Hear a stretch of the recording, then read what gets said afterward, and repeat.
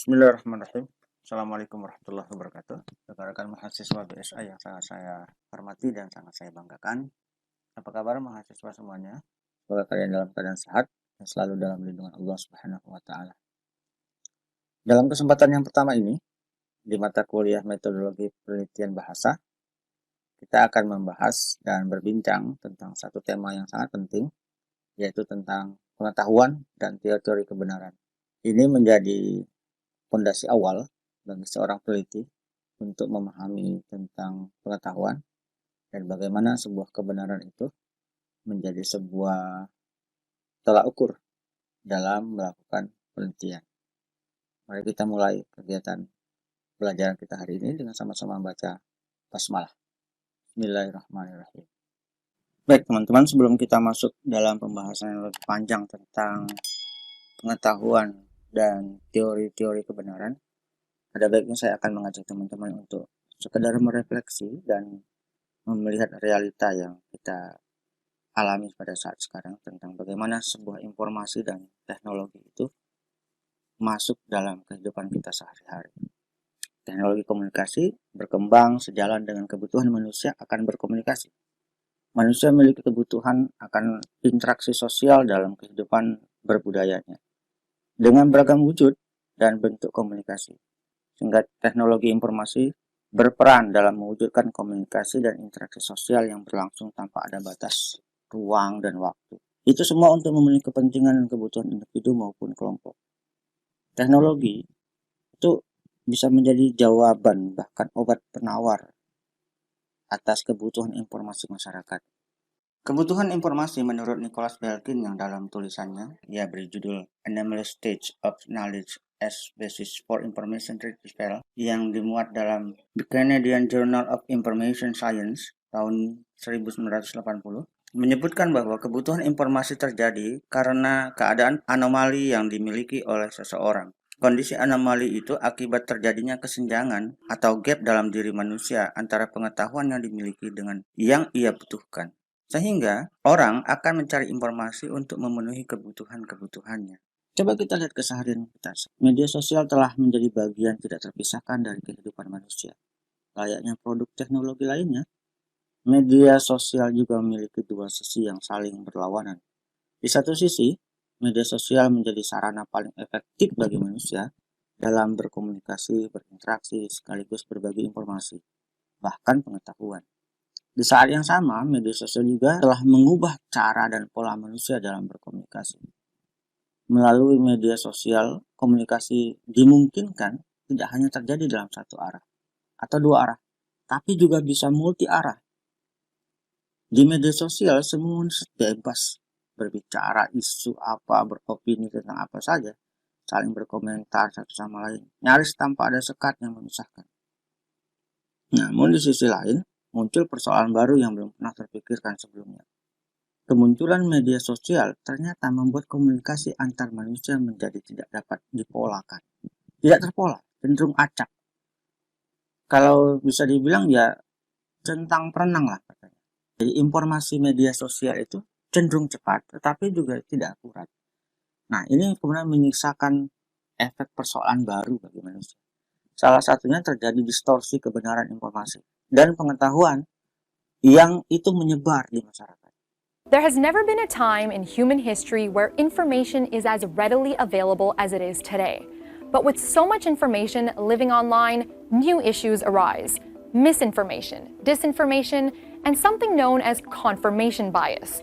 Pada titik tertentu, masyarakat tidak bisa lagi membedakan apakah informasi atau pengetahuan yang tersaji di media sosial mereka itu merupakan kebenaran atau pencitraan, image. Nah, kondisi hingar-bingar media sosial dengan segala ornamennya itu ternyata mengaburkan batasan antara fakta dan citra. Sebuah fakta bisa direposisi dan didistorsi menjadi citraan. Ya. Sebaliknya, citra bisa dikemas seolah-olah fakta. Pada akhirnya, masyarakat tidak mampu lagi membedakan antara berita faktual dan berita fiktif.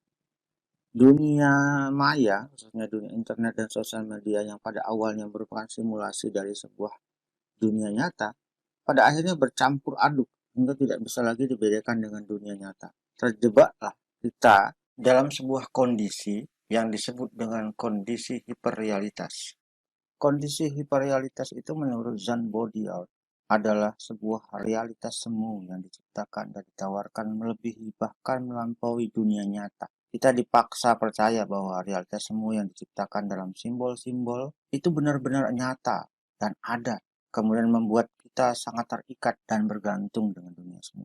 Berapa banyak kita membeli sebuah produk bukan lantaran kualitas asli di dunia nyatanya, tapi karena iklannya. Sekalipun pikiran awal kita ragu, bahkan menolak imajinasi yang digambarkan oleh iklan, produk itu benar-benar berfungsi nyata. Anda yakin dengan menyemprot parfum ke badanmu, kemudian puluhan cewek yang tidak dikenal terus tersedot kayak tertarik magnet nempel ke badan kamu? Atau kosmetik pemutih bisa menjadikan mukamu seputih ambasador produk itu? Itulah realitas semu yang diciptakan melebihi realitas aslinya. Berapa banyak kita disetir oleh dunia-dunia permainan dan kita berjuang mati-matian karena menganggap itulah dunia kita sebenarnya.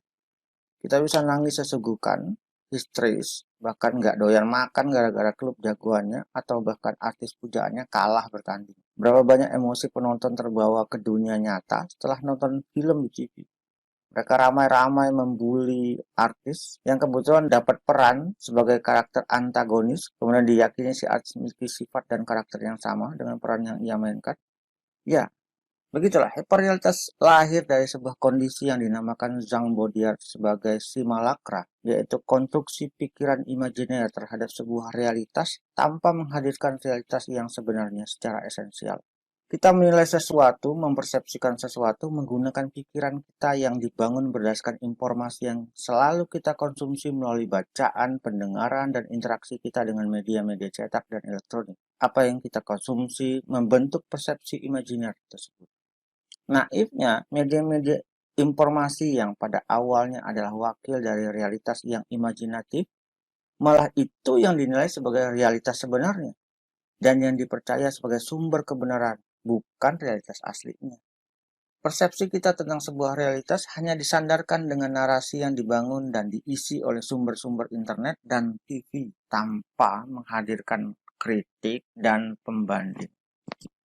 Kondisi ini kemudian diperparah dengan minimnya, bahkan kalau mau dibilang tidak ada kemampuan basis epistemologis masyarakat untuk memperoleh kebenaran. Masyarakat tidak bisa memberi garis demarkasi yang jelas antara kebenar dan bukan, karena terbiasa menerima kebenaran sebagai sebuah produk jadi. Pada umumnya masyarakat ketika mereka mendapat informasi yang masuk ke dalam jejaring sosial atau ke dalam media sosial yang mereka miliki, cenderung tidak mampu untuk mengolah berita itu dan mengkategorisasinya. Apakah informasi itu termasuk dalam fake news, berita bohong, atau itu terkategori sebagai misinformation atau informasi yang tidak akurat, atau bisa saja itu adalah post-truth, yaitu upaya untuk menggunakan emosi pembaca kemudian membentuk sebuah opini publik.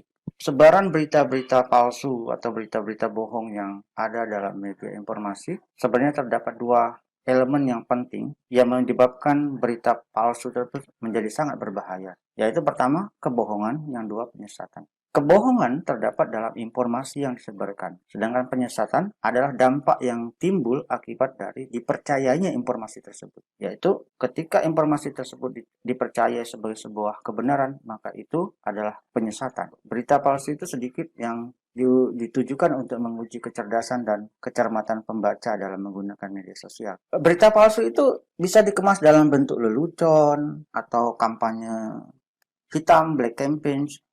Bisa berita palsu yang dipromosikan sedemikian rupa sehingga pembaca tidak hanya mudah percaya dengan konten tersebut, melainkan juga terdorong untuk ikut menyebarkan berita-berita yang mengandung kebohongan.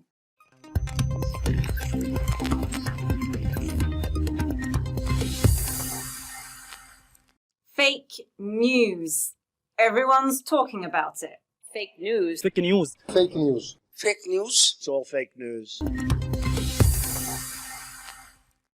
Carrier, the president. I guess I have to do it myself. I know it's not.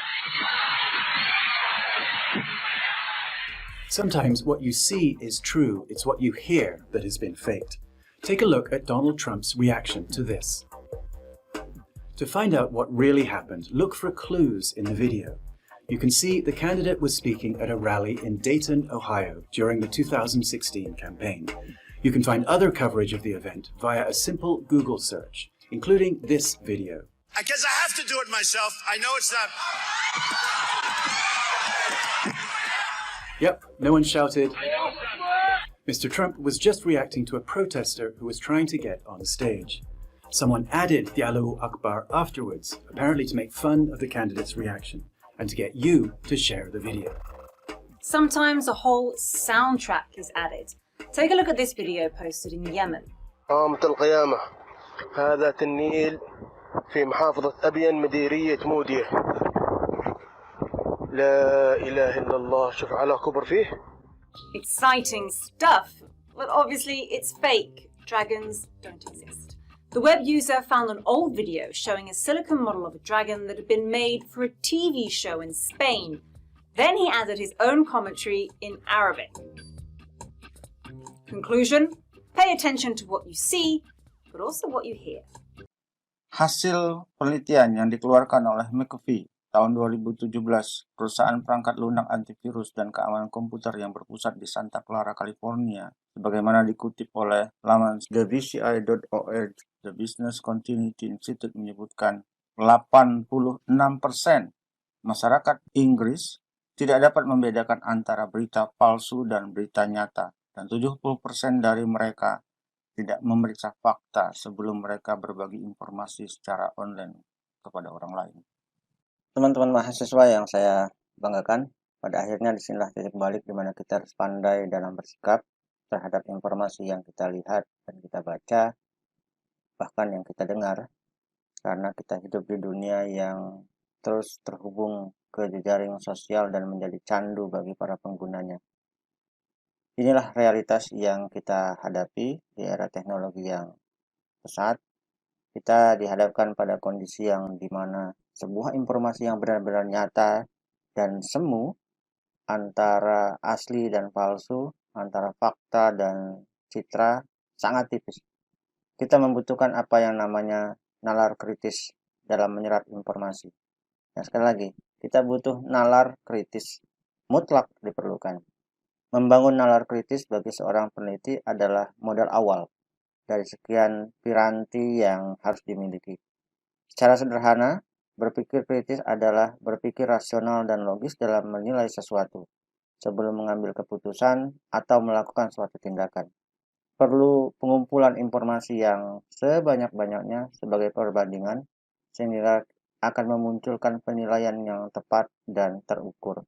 Hal pertama yang perlu kita kritisi sebagai seorang peneliti adalah selera yang kita punyai. Kita perlu sadar bahwa selera dan cara berpikir kita itu dibentuk oleh kepungan media yang ada di sekitar kita, dibentuk oleh pengalaman yang kita lihat dan kita baca. Dalam banyak hal, kita perlu menolak selera kita dan melihat semata-mata sebagai ilusi saja. Kritis pada selera berarti juga kritis pada persepsi. Persepsi adalah kesan dan bayangan kita akan sesuatu yang tidak selalu mencerminkan realitas. Maka, persepsi pun harus ditunda kepastiannya dan diuji keabsahannya. Persepsi harus dilihat sebagai sesuatu yang berpotensi salah sampai terbukti sebaliknya.